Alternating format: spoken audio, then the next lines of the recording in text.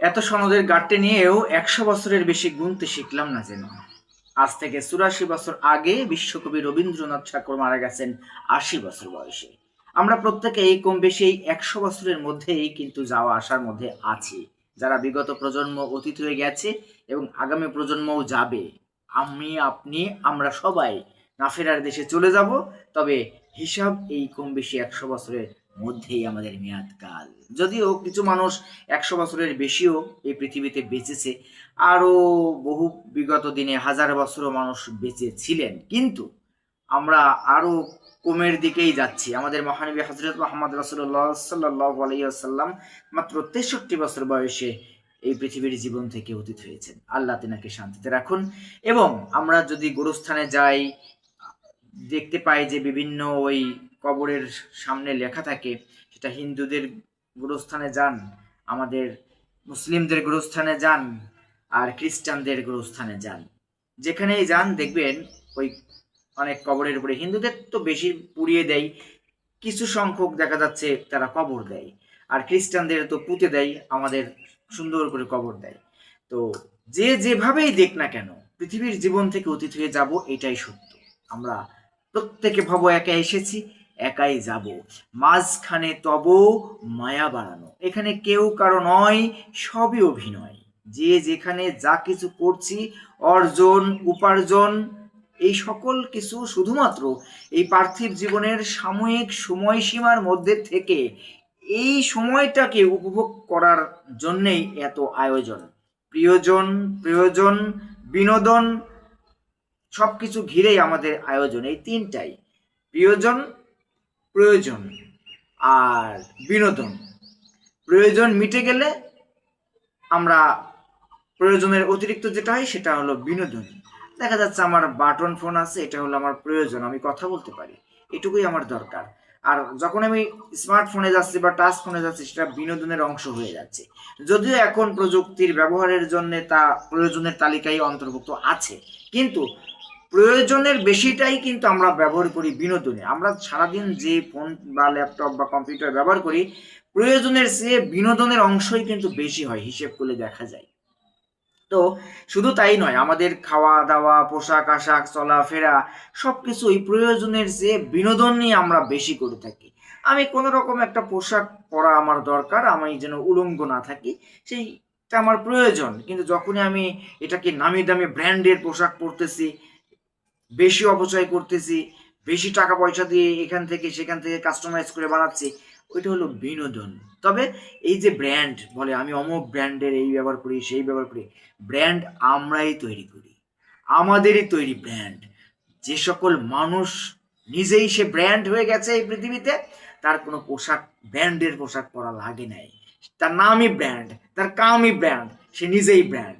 যেমন রবীন্দ্রনাথ, আমাদের কবি কাজী নজরুল ইসলাম, এছাড়াও পৃথিবীতে বহু বিজ্ঞ মহারথীরা চলে গেছেন, যারা নিজেরাই ব্র্যান্ড। তাদের জন্য ব্র্যান্ডের পোশাক আশাকের কোনো প্রয়োজন ছিল না, প্রয়োজন নেই। যাদের কোনো ব্র্যান্ড ভ্যালু নেই নিজের, যার নিজের কোনো মনে করেন যে মূল্য নেই, তারাই হলো ব্র্যান্ডের জিনিসপত্র ব্যবহার করে গর্বিবোধ, মানে গর্ভবতী তো গর্ভবতী হয়ে যায়, গর্ববোধ করে না তারা। মানে গর্বে এতটা গর্বিত হয় যে মানে রীতিমতো গর্বী, মানে কি বলে, গর্ভবতী হয়ে যায়। বুঝলেন নাই? তো কথা হচ্ছে, আমরা পৃথিবীতে যতটুকু সময় আছি, নিজেরা এক একটা ব্র্যান্ড, এক একটা স্বতন্ত্র পরিচয়, নিজেরাই নিজেদের আদর্শ, নীতি, নৈতিকতা, সত্য, আলোর দর্শন দিয়ে এই পৃথিবীকে আমরা ভালো কিছু যদি দিয়ে যাই, তাহলে আমাদের নামই হবে ব্র্যান্ড, আমাদের কামই হবে ব্র্যান্ড, আমাদের কথা, আমাদের লেখা, আমাদের কাজ কাম, এগুলোই মনে করেন যে ব্র্যান্ডিং হবে। বুঝলেন না? পোশাক আশাক না। রবীন্দ্রনাথকে কেউ পোশাকের জন্য চেনে না, নজরুলকে কেউ পোশাকের জন্য চেনে না, বড় বড় যারা বিজ্ঞ মহাজনরা চলে গেছে পৃথিবীর জীবন থেকে, তাদেরকে কেউ পোশাকের জন্য চেনে না। সর্বকালের সর্বশ্রেষ্ঠ জ্ঞানী ব্যক্তি, সর্বকালের সর্বশ্রেষ্ঠ মহামানব, আমাদের সকলের প্রিয় নবী, শেষ নবী হজরত মোহাম্মদ রাসূলুল্লাহ সাল্লাল্লাহু আলাইহি ওয়াসাল্লাম, তিনি কোনো বড় বড় ব্র্যান্ডের গাড়ি ব্যবহার করে যাননি, বড় বড় ব্র্যান্ডের পোশাক পরে যাননি, বড় বড় ব্র্যান্ডের আওয়াজ দিয়ে যান নাই। তিনি যা দিয়ে গেছেন, আল্লাহ তাআলার পক্ষ থেকে আমাদের জন্য দিক নির্দেশনা, আমাদের জীবন যেন সুন্দর হয়, আমাদের ইহকাল এবং পরকালও যেন সুন্দর হয়, সে সকল নির্দেশনা তিনি দিয়ে গেছেন, দেখিয়ে গেছেন। কিন্তু আজকে দুঃখজনক হলেও এটাই বাস্তব যে আমাদের বর্তমান সমাজ ব্যবস্থায় স্কুলে, কলেজে, ইউনিভার্সিটিতে দেশি বিদেশি নামি দামি প্রতিষ্ঠান থেকে সনদের ঘাটতি অর্জন করতেছে, বড় বড় ডিগ্রি অর্জন করতেছে, কিন্তু 100 বছরের বেশি যেন গুনতে শিখছে না। আমার ভালো থাকি ভালো রাখি গ্রন্থের পেছনে লিখে দিয়েছি যে we may unable to count over 100, আমরা যেন 100 ঊর্ধ্বে গুনতে পারি না। আমরা যা কিছুই চিন্তা করি 100 বছরের মধ্যে সীমাবদ্ধ। আমরা জন্মদিন উদযাপন করতে চাই 100 বছর, আমরা প্লট কিনতেছি 100 বছরের চুক্তি, ফ্ল্যাট কিনতেছি 100 বছরের চুক্তি, ভবন করতেছি 100 বছরের মেয়াদ দিচ্ছি, আমরা ব্রিজ বা ফ্লাইওভার, ওভারব্রিজ, হোয়াট এভার যা কিছু করতেছি যেন আমরা 100 বছরকে ঘিরেই করতেছি। কিন্তু 100 বছরের পরে কি আমাদের কোনো কিছু নেই? আমরা অনেকেই যারা ভবিষ্যৎ নিয়ে খুবই চিন্তিত, ছেলে মেয়ের ভবিষ্যৎ, নিজের ভবিষ্যৎ, বুঝলেন না, 100 বছরের মধ্যেই তারা চিন্তা করছে অতীত বর্তমান ভবিষ্যৎ। এই 100 বছরের মধ্যেই অতীত বর্তমান ভবিষ্যৎকে সাজাতে গিয়ে আমরা নিজেরা এত বেশি ব্যস্ত হয়ে গেছি যে জীবনকেই ভুলে গেছি। রবীন্দ্রনাথ মারা গেছে আজ থেকে 84 বছর আগে, তখন তার বয়স ছিল মাত্র 80 বছর। 80 বছর আগে 80 বছর বয়সে মারা যাওয়া মানুষটি 84 বছর পরেও আমরা স্মরণ করছি তাকে, কারণ তার কথা, তার লেখা, তার কার্যক্রম, তার যেই কাজ তিনি এই পৃথিবীতে দিয়ে গেছে, তার জন্য আমরা স্মরণ করছি। তো তারও সময় এরকম আরো বহু বিজ্ঞ মহারথীরা ছিলেন যা অতীত হয়ে গেছে, তখন হয়তো তারাও এরকম স্মরণ করেছে। আমরা এখন স্মরণ করছি বিভিন্ন সময় বিভিন্ন মানুষকে, আমাদের এই স্মরণ দিয়ে, আমাদের এই বরণ দিয়ে তাদের কোনো লাভ নেই, কোনো লসও নেই আমরা যদি স্মরণ না করি। আপনি আমরাও এক সময় চলে যাব, আমাদেরকেও মানুষ স্মরণ করলে কোনো লাভ নেই, আমাদের স্মরণ না করলেও কোনো লাভ নেই। কিন্তু আমরা যদি ভালো কিছু করে যাই তাহলে মানুষ এমনি আমাদেরকে স্মরণ করবে, যদিও তাতে আমার আপনার কোনো কিছু লাভ লস কিছুই হবে না।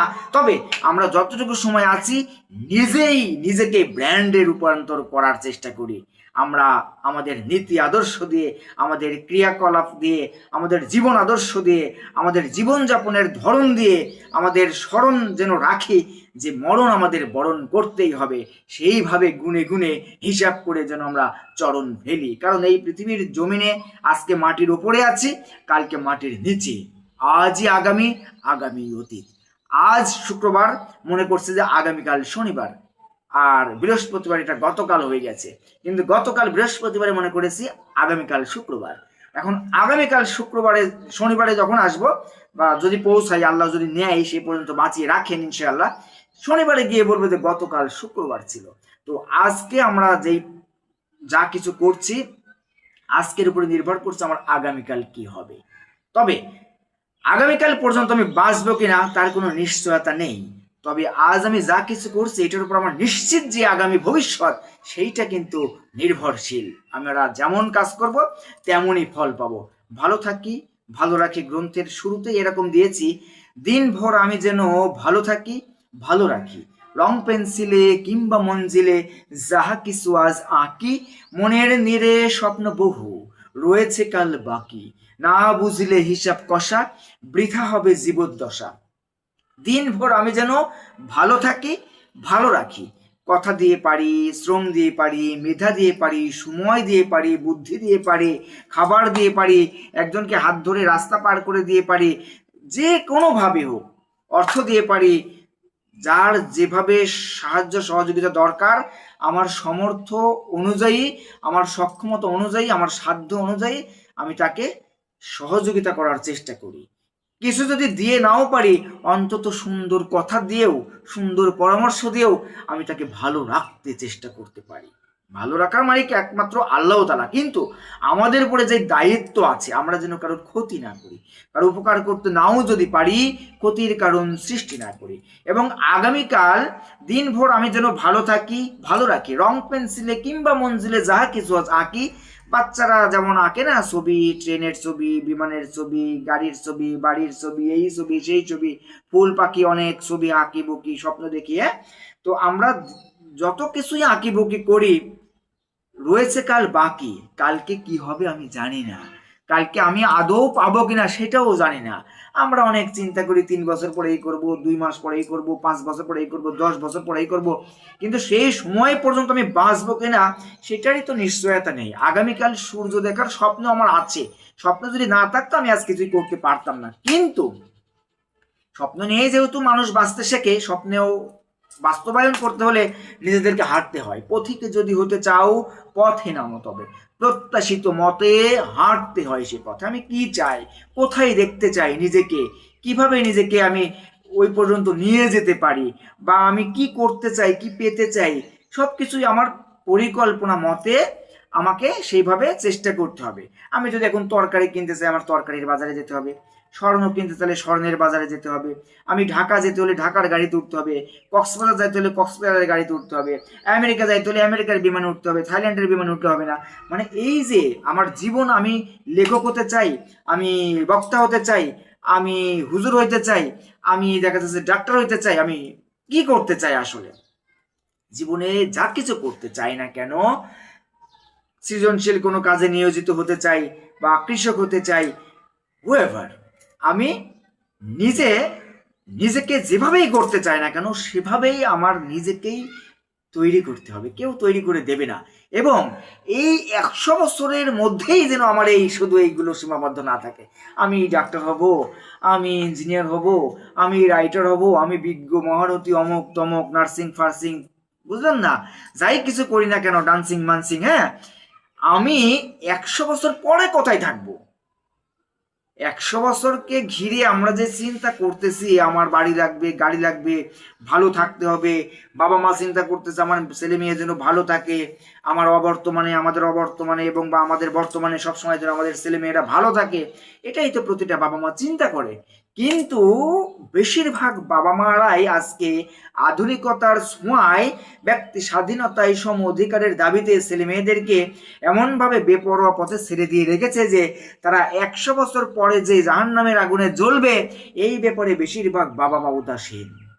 আমি, আপনি, আমরা এই পৃথিবীতে যদি আল্লাহ তাআলার বিধান মেনে না চলি, নীতি আদর্শ যদি ঠিক না রাখি, সত্য মিথ্যার পার্থক্য করে যদি না চলি, ন্যায় অন্যায় যদি বুঝে না চলি, আল্লাহ তাআলার যেগুলো আল্লাহ তাআলা আদেশ করেছেন সেগুলো যদি পালন না করি, যেগুলো নিষেধ করেছেন সেগুলো থেকে যদি বিরত না থাকি, তাহলে আমাদের এই অর্জন উপার্জন কোনো কাজে তো লাগবেই না।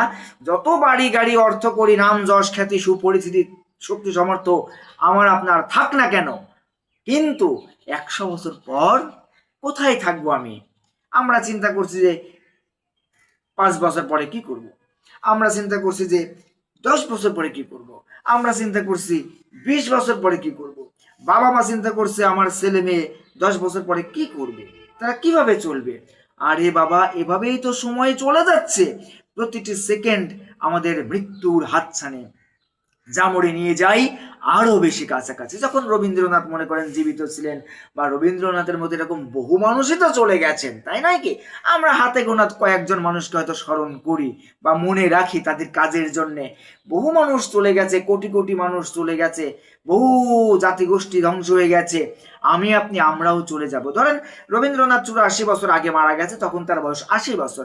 84 বছর পরে আমাদের কিন্তু সব কিছু চলতেছে, কাম বাসনা লালসা স্বপ্ন সাধনা, ছুটে চলা, আদর ভালোবাসা, প্রিয়জন প্রয়োজন, কত শত আয়োজন, আমাদের বিনোদন চলতেছে, কোনো কিছু থেমে নেই। বরং তখনকার চেয়ে আরো বাহ্যিকভাবে দেখা যাচ্ছে কিছু রুটঘাট উন্নতি হয়েছে, বাড়িঘর একটু উন্নতি হয়েছে, একটু প্রযুক্তির উন্নতি হয়েছে, কিছু জিনিস পরিবর্তন হয়েছে, কিন্তু মানবিক দিক থেকে অবক্ষয় হয়েছে।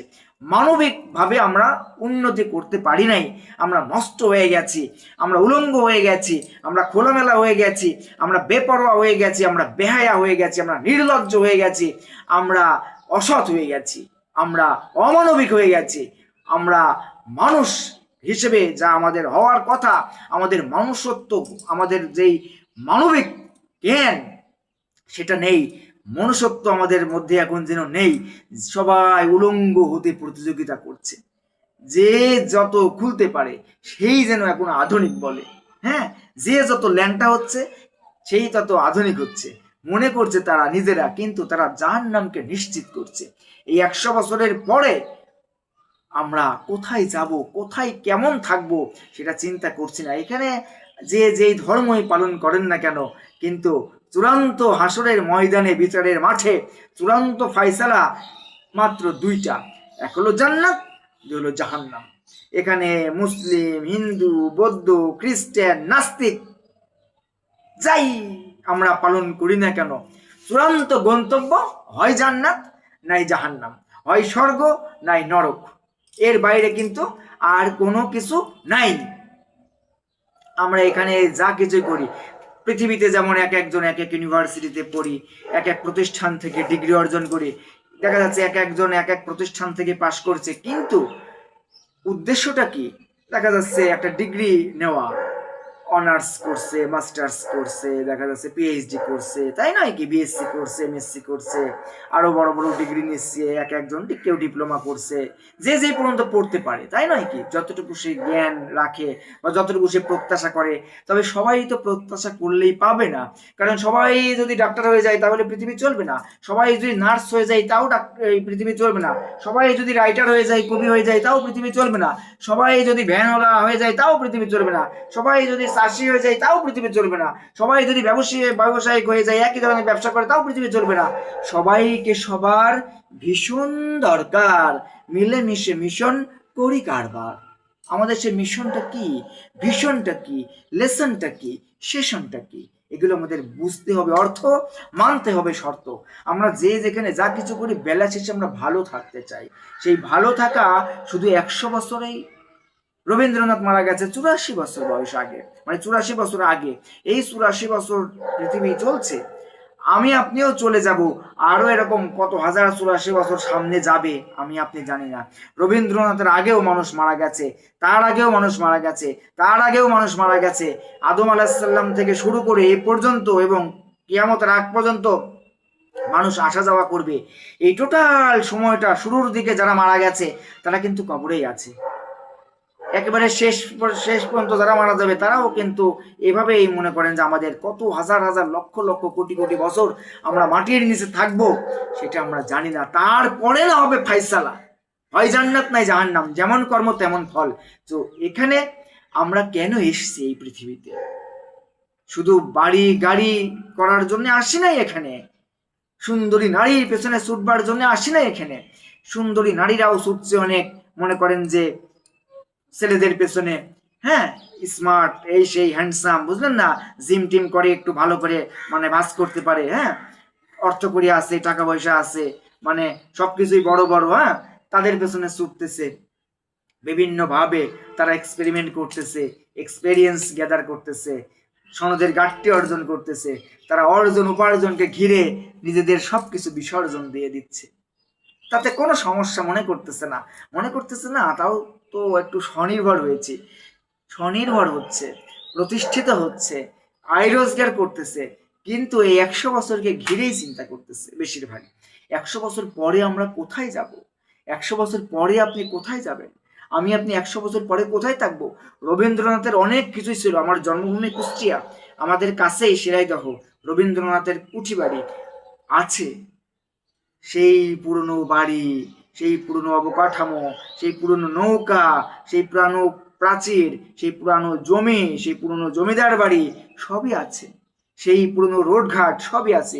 হয়তো তখন মাটির ছিল, এখন পাকা হয়েছে, তখন হয়তো অনেক কাঁচা ঘর বাড়ি আশেপাশে ছিল, এখন অনেক পাকা ঘর উঠে গেছে, কিন্তু রবীন্দ্রনাথ যেই বাড়িতে থাকতেন সেটা কিন্তু ওইভাবেই আছে। কিছুটা রং চং করেছে, কিছুটা সংস্কার করেছে, কিন্তু মূল ভবন ঠিকই আছে। রবীন্দ্রনাথ কিন্তু নেই। রবীন্দ্রনাথের অনেক আসবাবপত্র সেখানে আছে, কিন্তু রবীন্দ্রনাথ নেই। রবীন্দ্রনাথ সেগুলো ব্যবহার করত, সেখানে তিনি মানে যৌনতাও করেছে, সেখানে তিনি সংসার করেছে, বসবাস করেছে, সেখানে বিচার সালিশ করেছে, সেখানে অনেক লেখা রচনা করেছে, সেই পুকুর আছে, সবই আছে, কিন্তু সেই রবীন্দ্রনাথ আর নেই। তাহলে 84 বছর পরে এসেও 80 বছর বয়সী রবীন্দ্রনাথকে আমরা স্মরণ করছি তার কাজের জন্যে, ভালো কাজের জন্যে। সে যা কিছু লিখে গেছে, সব লেখা যে সবার ভালো লাগবে তা নয়, কবি নজরুল ইসলাম যা লিখে গেছেন, হ্যাঁ, আল্লাহ তিনাকেও শান্তিতে রাখুন, তো তিনারও বিপক্ষে লোকজন কথা বলে, যদিও তিনার কথা দিয়েই, তিনার লেখা দিয়েই কিন্তু সারা রমজান চলে, ঈদ উদযাপন হয়। এছাড়াও হিন্দুদের জন্য অনেক কিছু লিখে গেছে, বিভিন্ন জাতিগোষ্ঠীর জন্য বিভিন্ন কিছু লিখে গেছে। মূলত তিনি কি লিখে গেছেন, কি দিয়ে গেছেন, কি বলে গেছেন, সেগুলোর জন্যই আমরা এই মানুষ স্মরণ করি। তাহলে সর্বকালের সর্বশ্রেষ্ঠ, সর্ব উৎকৃষ্ট মহামানব যিনি আমাদের হযরত মুহাম্মদ রাসূলুল্লাহ সাল্লাল্লাহু আলাইহি ওয়াসাল্লাম যা কিছু বলে গেছেন, যা কিছু লিখে গেছেন, এই যে আধুনিকতার দাবিকৃত ছেলে মেয়েরা রবীন্দ্রনাথকে স্মরণ করে রবীন্দ্রনাথের লেখার জন্যে, নজরুল ইসলামকে স্মরণ করে নজরুলের লেখার জন্যে, মহানবী সাল্লাল্লাহু আলাইহি ওয়াসাল্লামকে স্মরণ করে, কিন্তু তার কথা বেশিরভাগ মানুষ জানেই না, তার নীতি আদর্শ বোঝেই না, শোনেই নি। অনেকে যদি শুনতো, যদি জানতো, যদি বুঝতো, তাহলে ওড়না খুলে ঢিলা ঢালা, মনে করেন যে উপরে খোলা নিচে খোলা, বুকে পিঠে আলগা, হ্যাঁ, মানে ল্যাংটা ফ্যাংটা হয়ে এই সমাজ, এই মানুষ চলতে পারতো না, এই মেয়ে, এই নারী চলতে পারতো না। স্কুলে, কলেজে, ইউনিভার্সিটিতে, পেশাগত জীবনে, এখানে সেখানে, নাটকে, গানে, সিনেমায়, নাচে কিভাবে ল্যাংটা হয়ে বেড়াচ্ছে, ছেলে মেয়ে অবাধে মেলামেশা, অবৈধ যৌনতা, নেশা ভাঙ নষ্ট হয়ে যাচ্ছে, নষ্টামি করছে, বিবাহ বহির্ভূত সম্পর্ক করে বেড়াচ্ছে, নিজেদেরকে ধ্বংস করে বেড়াচ্ছে নিজেরাই, কিন্তু 100 বছর পরে কোথায় থাকবে চিন্তা করতেছে না। নাম যশ খ্যাতি, সুদ ঘুষ চুরি চিটারি দুর্নীতি 100 বছর পরে কোথায় থাকবে? বাড়ি গাড়ি অর্থ করি যত কিছুই গড়ি, 100 বছর পরে আমরা কোথায় থাকবো? আমার একটা লেখা এরকম, পৃথিবীতে থাকিতে পারিব না জেনেও থাকিবার আশা করি, সময় হলে চলে যাব তোমারে চেনা সেই আমি, যে রূপে তুমি দেখিয়াছ মোরে আমি তো সেই আমি। পৃথিবীতে থাকিতে পারিব না জেনেও থাকিবার আশা করি, সময় হলেই চলে যাব তোমার চেনা সেই আমি, যে রূপেই তুমি দেখিয়াছ মোরে আমি তো সেই আমি। কেউ দেখেছে কবি জ্যাক ডেনভার, কেউ দেখেছে কনসোলার জ্যাক ডেনভার, কেউ দেখেছে নাট্যকার জ্যাক ডেনভার, কেউ দেখেছে গোরস্থানে থাকে ও পাগল জ্যাক ডেনভার, হ্যাঁ, কেউ দেখেছে ও lecturer Jack Denver, self development lecture দেয় জ্যাক ডেনভার। পেশাগত জীবনে কেউ দেখেছে ও আইটি এক্সপার্ট জ্যাক ডেনভার, ও business development officer Jack Denver. কেউ দেখেছে ও বন্ধু জ্যাক ডেনভার, আরে ভাতিজা জ্যাক ডেনভার, আমার ছেলে বলছে ড্যাডি জ্যাক ডেনভার। এক একজন, আমার মা বলছে আমার ছেলে, আমার ছেলে বলছে আমার বাবা, আমার বোনে বলছে আমার ভাই, আমার প্রতিবেশী বলছে আমাদের প্রতিবেশী, আমার অফিসের অন্যান্য অধীনস্থরা বলছে স্যার, আমি আবার বলছি আর একজনকে স্যার। এই তো, যে রূপে তুমি দেখিয়াছ মোরে আমি তো সেই আমি, আমি সে আমি। আমাদের সমাজে আমরা, আমি আপনি, আমরা প্রত্যেকেই যদি চিন্তা করি, আমাদেরকে বিভিন্ন জন বিভিন্ন জায়গায় বিভিন্ন ভাবে চেনে। এই শহরে কেউ গাছতলায়, কেউ গাছতলায়, ধনী গরিব নিথরে দেহে খালি হাতে সবাই। এ শহরে কেউ গাছতলায়, কেউ কাজতলায়, কেউ বা গাছতলায়, ধনী গরিব নিথর দেহে খালি হাতেই সবাই। আমরা সবাই খালি হাতে এসেছি ল্যাংটা হয়ে, আবার খালি হাতেই চলে যাবো ল্যাংটা হয়ে। এখানে কেউ কাজতলায় থাকে আর গাছতলায় থাকে, সবই নিথর দেহে চলে যাব। কেউ কোনো কিছু নিয়ে যেতে পারবো না খালি হাতে, নড়াচড়ারও সুযোগ থাকবে না। বাড়ি গাড়ি নাড়ি যত কিছু গড়ি সবই রয়ে যায়, নাম যশ খ্যাতি শক্তিও দেখি মাটির সাথে মিশে যায়। বাড়ি গাড়ি নারী যত কিছু গড়ি সবই রয়ে যায়, নাম যশ খ্যাতি শক্তিও দেখি মাটির সাথে মিশে যায়। কত ক্ষমতাধর মানুষ চলে গেছে এই পৃথিবী থেকে, কত অর্থকরীর মানুষ চলে গেছে এই পৃথিবী থেকে, নাম যশ খ্যাতির মানুষ চলে গেছে এই পৃথিবী থেকে, সব কিছু মাটির সাথে মিশে গেছে, কেউ আর নেই। কেউ কাউকে সাধারণত মনে রাখে না, হাতে গোনা কয়েকজনকে মনে রাখে, তাতে তাদের কিছু যায় আসে না। আমরা এই টাকা পয়সা যা কিছুই করি সব আমাদেরই তৈরি, আমাদেরই তৈরি টাকার পেছনে আমরা ছুটে বেড়াই। চলে যাব আমি, চলে যাবে তুমি, থাকিবার আশা মিশাই, মূর্খ জনের অর্থ করি, মূর্খ মনে কামাই। চলে যাব আমি, চলে যাবে তুমি, থাকিবার আশা মিশাই, মূর্খ জনের অর্থ করি, মূর্খ মনে কামাই। আমরা মনে করছি এই টাকা আমাদেরকে বাঁচাতে পারবে, টাকার পেছনে ছুটতেছি। জন্মের পর থেকে আমরা বড় হচ্ছি যেন উদ্দেশ্য একটাই, পড়াশোনা করব, চাকরি বাকরি করব, বা ব্যবসা বাণিজ্য করবো, রোজগার করব। কিন্তু এই টাকা আমাদেরই তৈরি। আমি দেখা যাচ্ছে এখন আপনার কাজ করে দিলাম, আপনি আমাকে 1,000 টাকা দিলেন বা 500 টাকা দিলেন, আপনার ঝাড়ু দিয়ে দিলাম বা জুতা কালি করে দিলাম বা আয়রন করে দিলাম বা প্রাইভেট পড়াইলাম বা মাঠে কাজ করে দিলাম, হোয়াট এভার যাই করি, আপনি আমাকে মনে ধরেন 1,000 টাকা দিলেন। 1,000 টাকা দিয়ে আমি গিয়ে চাল কিনলাম, চালালা গিয়ে কি কিনলো, আবার গিয়ে সে শাড়ি কিনলো, সেই শাড়িওয়ালা গিয়ে কি করলো, আবার ওষুধ কিনলো, এই গিয়ে কি করলো, জুতা কালি করলো, এই গিয়ে কি করলো, চাদর বালিশ কেতা কম্বল কিনলো। এই যে প্রয়োজন মেটাচ্ছে, বাবার সে আবার কি করলো, গিয়ে ডাক্তারকে দিল। একটা টাকায় দেখেন সবার প্রয়োজন মেটাচ্ছে।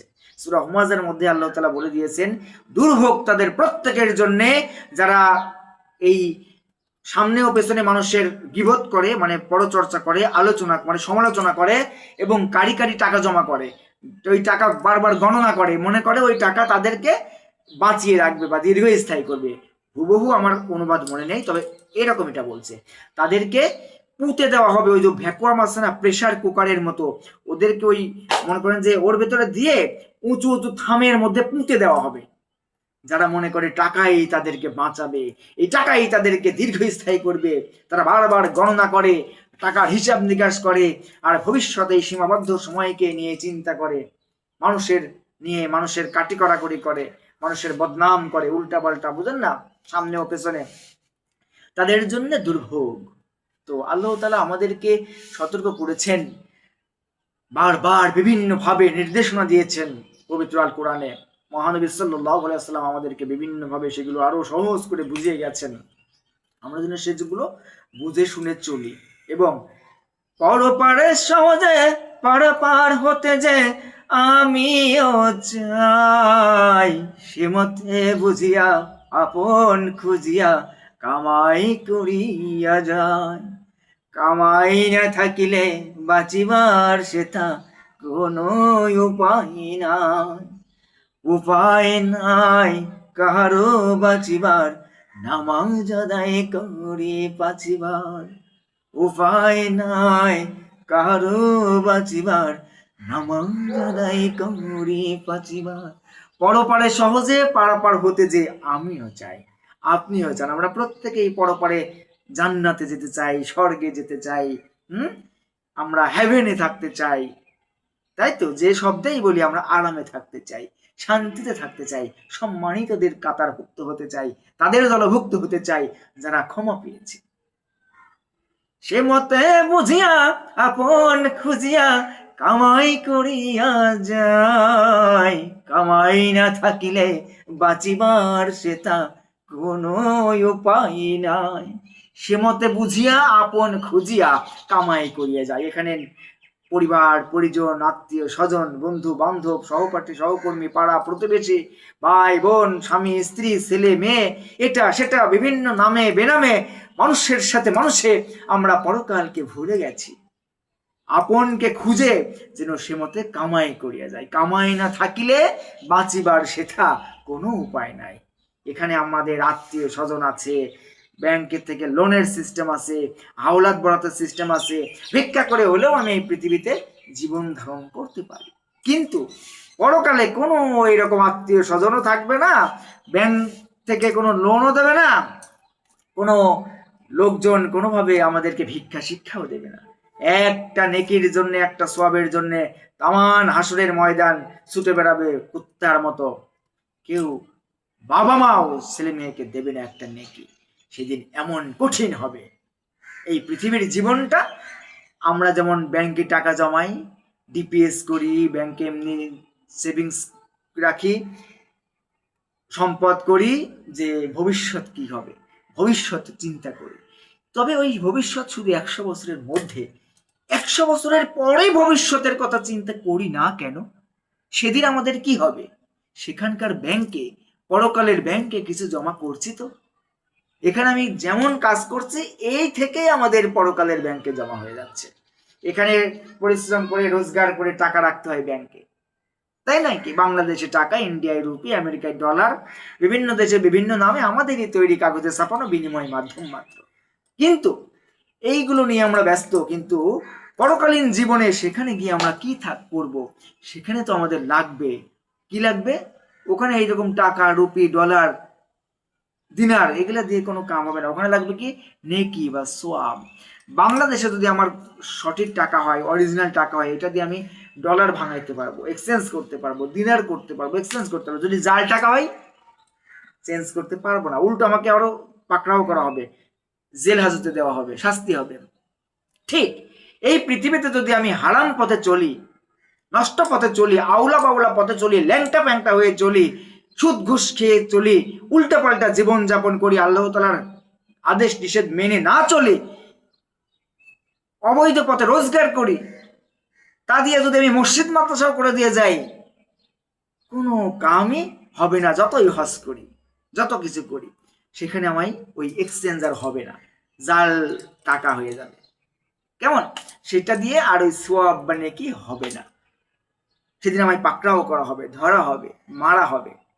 এখানে আমার কোনো কিছু নাও যদি থাকে, আমি একজনের গাছতলায় গিয়ে ঘুমাইতে পারি, একজনের বাড়ির সামনে ঘুমাইতে পারি, রাস্তার পাশে ঘুমাইতে পারি, দোকানে ঘুমাইতে পারি, এখানে সেখানে চিপা চাপায় আমি কোনো রকম ভাবে রাত কাটাতে পারি, দিন কাটাতে পারি, চেয়ে চিনতে খেয়ে জীবন ধারণ করতে পারি। পরকালীন জীবনে ওখানে আমার সেই সুযোগ নেই। সেখানে আগুনে পোড়ানো হবে, গরম পানি ঢালা হবে, আমাদের কল্পনার বাহিরে কি আযাব হবে। আর যারা ভালো কাজ করছে, কি আরামে থাকবে জান্নাতে, জান্নাতে, জান্নাতে। আল্লাহু আকবার, আল্লাহু আকবার। সেখানে কোনো সুপারিশ লাগবে না, সুপারিশ চলবে না। কে আমায় স্মরণ করলো, কে আমায় বরণ করলো, কে আমায় ফুলের মালা দিল, কে জুতার মালা দিল, এগুলা দিয়ে আমার কোনো লাভ লস কিছু নাই। কোন হুজুরে আমার জন্য দোয়া করলো, আল্লাহ জ্যাকডেনবার খুব ভালো মানুষ ছিল, আল্লাহ তুমি জ্যাকডেনবারকে জান্নাতের ছাদে তুলে দাও। আল্লাহ শুনবে না? আমার যদি মাল না থাকে, আমার যদি কাজ না থাকে, আমার যদি অ্যাকাউন্ট খোলা না থাকে, তো ব্যাংকে আমার যদি অ্যাকাউন্টে না থাকে, তো আমার টাকা যতই নিয়ে যাই রাখি, অ্যাকাউন্ট ছাড়া ওটা জমা হবে? হবে না। তো আমার অ্যাকাউন্ট থাকতে হবে সেখানে। সে অ্যাকাউন্ট করতে হলে কি করতে হবে? ব্যাংকে অ্যাকাউন্ট করতে হলে জাতীয় পরিচয়পত্র লাগে, নমিনির কাগজপত্র লাগে, ছবি লাগে, সত্যায়িত করতে হয়। ঠিক আমাদের পরকালের জন্যেও আমাদের এই অ্যাকাউন্ট আগে থেকেই খোলা আছে। কেমন? এই কারোর অ্যাকাউন্টের মাল কারোর অ্যাকাউন্টে জমা হবে না, সেটা আমার জন্যই থাকবে। আমার অ্যাকাউন্টের নমিনি আমি নিজেই। ভালো কাজ, মন্দ কাজ, রাতে করি, দিনে করি, রাতের আধারে করি, দিনের আলোয় করি, কাছে কিংবা দূরে, সিপা সাপাই সবাইকে আড়াল করে হলেও যদি করি, আমার ফেরেশতা থেকে আমি গোপন করতে নিজেকে পারবো না। আল্লাহ তাআলার চোখ থেকে আমরা নিজেরা সরে যেতে পারবো না।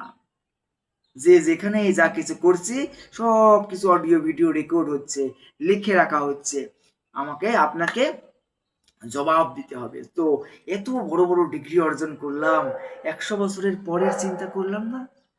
এত বড় বড় নাম যশ খ্যাতি অর্জন করলাম, গাড়ি বাড়ি কত কিছু পেলাম, শক্তি সামর্থ্য, 100 বছরের পরে কি হবে চিন্তা করলাম না? আমার ছেলে মেয়ে 100 বছর পরে কি করবে, কোথায় থাকবে চিন্তা করলাম না? জান্নাতে যাবে না জাহান্নামে যাবে, সেই পথ তাদেরকে দেখালাম না? সেই সতর্ক বার্তা তাদেরকে দিলাম না? সেই নির্দেশনা তাদেরকে দিলাম না? সেভাবে তাদেরকে জীবন গড়ে তুললাম না? 100 বছরকে ঘিরে ভবিষ্যৎকে গড়তে গিয়ে জীবনের মনে করেন যে মারা সারা করে দিচ্ছে। আহা, আহা, 100 বছর, 100 বছর, 100 বছর, 100 বছর পরে কি হবে?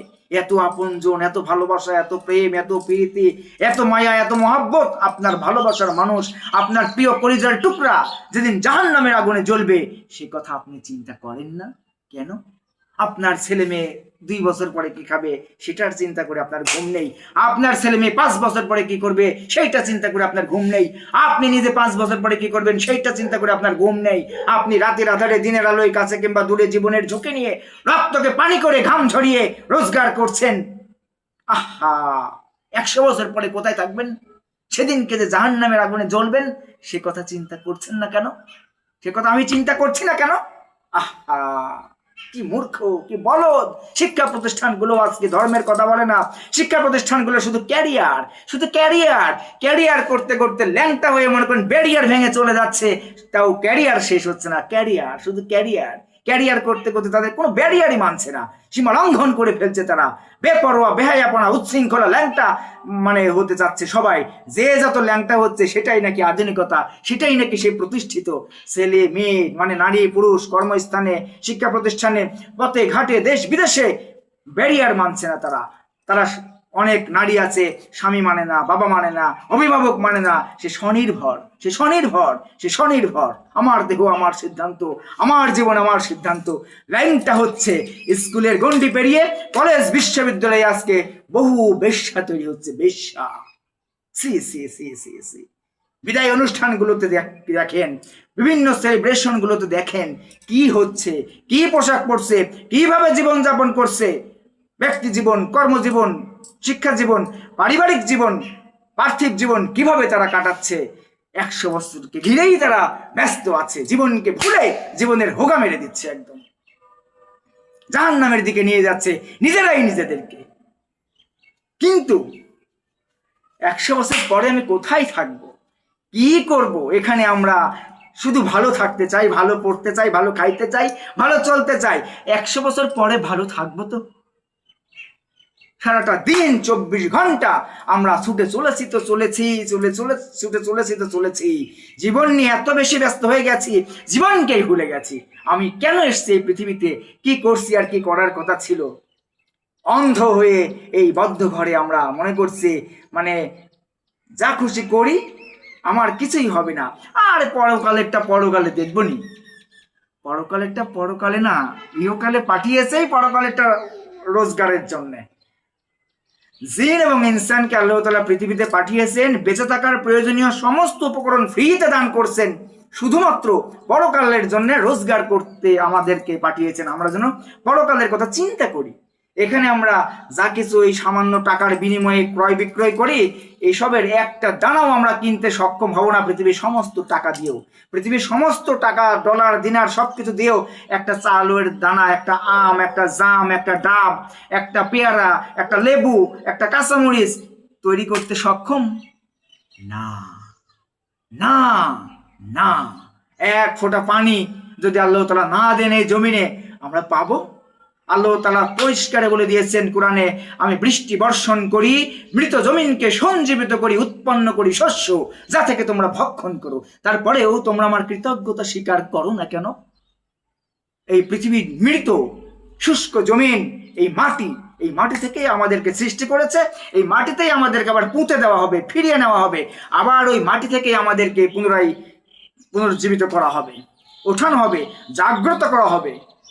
তিনি আমাদের সেটা করবেন যিনি আমাদের নিশ্চিন্ন অবস্থা থেকে আকার দিয়ে সৃষ্টি করেছেন। আমরা বাবার শুক্রাণু থেকে মায়ের ডিম্বাণুতে যখন মিশেছি, আমার কোনো চিহ্ন ছিল না। তখনও পৃথিবীতে কোটি কোটি মানুষ বসবাস করে গেছে। আমরা এখন আছি, এক সময় থাকবো না। আগামীতে যারা আসবে তারাও থাকবে না।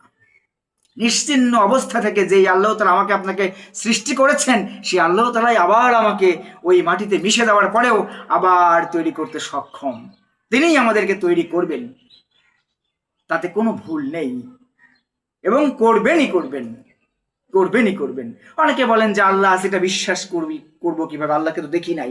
তাহলে আপনার যারা এই কথা বলে, ধরেন যে বলে, তাহলে আপনার বাবা যে আপনাকে জন্ম দিয়েছে আপনার মায়ের গর্ভে, এটাকে আপনি দেখেছেন? দেখেননি তো। তাহলে আপনার বাবা যদি আপনাকে জন্ম দিয়ে থাকে, আপনার মাতৃগর্ভে আপনি যে এসেছেন, আপনার কোন বাবার মাধ্যমে, যে বাবাকে আপনি চেনেন, আপনি কি জানেন আসলেই সেই বাবা কিনা? আপনি কি দেখেছেন? প্রমাণ আছে কোনো? আমি দেখেছি, প্রমাণ আছে কোনো? নেই। বিশ্বাস, মা বলেছে এটা তোমার বাবা, তাই আমি জানি বাবা। ছোটবেলায় যদি আমার মা যদি অন্য কারোর কোলে তুলে দিয়ে দিত, আমি জানতাম সেটাই আমার মা। বিশ্বাস, না দেখে যে বিশ্বাস করে সেই ইমানদার, আর তাকেই আল্লাহ তাআলা পুরস্কৃত করবেন। এবং তিনি করবেন। আমরা নিঃশ্বাস নিচ্ছি, শ্বাস প্রশ্বাস, অক্সিজেন গ্রহণ করছি, কার্বন ডাই অক্সাইড ছেড়ে দিচ্ছি, দেখতে পারছি? দেখতে পারছি না। কোনো কিছু টাচ পাচ্ছি না, কিন্তু চলছে, আমি জানি। বিশ্বাস, বিশ্বাস। পরিবার পরিজন, স্বামী স্ত্রী, সবার সাথে সম্পর্কগুলো টিকে থাকে কি? বিশ্বাস। কাবিননামাই কাগজে লিখে সম্পর্ক টিকে থাকে না, দেলমোহরে সম্পর্ক টিকে থাকে না। সম্পর্ক টিকে থাকে কিসে? বিশ্বাস। সারাটা জীবন কাটিয়ে গেছে আমার দাদি, রানী ইত্যাদি মুরব্বীরা, কাবিননামা জীবনে চোখেও দেখেনি। এটা একটা সাময়িক চুক্তি। Married relation is just an agreement to live together without intuition, respect, faith, care, love and sacrifice each other in living. বৈবাহিক সম্পর্ক শুধুমাত্র একসাথে থাকার একটা চুক্তি মাত্র, যদি কিনা সেখানে উভয়ের প্রতি উভয়ের আন্তরিকতা, যত্নশীলতা, ভালোবাসা, সম্মান এবং ছাড় দেওয়ার মানসিকতা না থাকে। তো আমরা আমাদের এখানে এই পার্থিব জীবনে বিবাহ শাদী করি, পড়ালেখা করি, ব্যবসা বাণিজ্য করি, আর সামাজিকতা করি, সবকিছুই সাময়িক আয়োজন। প্রবাসে থেকে লেখাপড়া করার মতো। প্রবাসে থেকে লেখাপড়া করে পার্ট টাইম জব করলে উদ্দেশ্য পড়াশোনা, ভালো ফলাফল করা, মানুষের মতো মানুষ হিসেবে নিজেকে গড়ে তোলা, ল্যাংটা হওয়া না, ওড়না খুলে ফেলা না, আঁচল খুলে ফেলা না, শাড়ি খুলে ফেলা না, ছেলে মেয়ে অবাধ মেলামেশা ইন্টিমেসিতে জড়ানো না, খাওয়া দাওয়া মোজ মাস্তি করার জন্য এই পৃথিবীর জীবনে আমাদের আপনার আসা যাওয়া না। আমরা কেন এসছি, কি করছি, সেটাই আসল কথা। এই পৃথিবীর জীবনেও ওই রকম প্রবাসী থেকে লেখাপড়া করার মতো। এখানে এসে যা কিছুই করি না কেন, সংসার করি, লেখাপড়া করি, বন্ধুত্ব করি, সামাজিকতা করি, ব্যবসা বাণিজ্য করি, উদ্দেশ্য আমার পরকাল। সেটা যেন মাথায় রেখে আমরা চলি। শুধু 100 বছরকে ঘিরে আমরা যেন মূর্খদের মতো চিন্তা না করি। আমাদের কোনো মৃত্যু নেই। আমরা যখন মৃত্যু হব, মৃত্যু মানে শেষ হয়ে যাওয়া না, মৃত্যু তো অবশ্যই আছে। মানে মৃত্যু মানে কি? স্থানান্তর করা, জায়গা পরিবর্তন করা, পৃথিবীর জীবন থেকে পরকালীন জীবনে যাওয়া, যেটা অনন্তকাল চলতেই থাকবে, যার কোনো শেষ নেই। এই পৃথিবীতে আমাদেরকে পাঠানো হয়েছে একটা ভ্রমণ, জাস্ট ওই যে প্রবাসী থেকে লেখাপড়া করার মতো। স্বদেশে আমাদের ফিরতেই হবে। যতটুকু সময় আছি ভালো থাকি, ভালো রাখি। MZN love and life motivations club কর্তৃক আমি কাউন্সিলর জ্যাক ডেনভার বিদায় নিচ্ছি। আল্লাহ হাফেজ। Keep watching and follow me for more videos.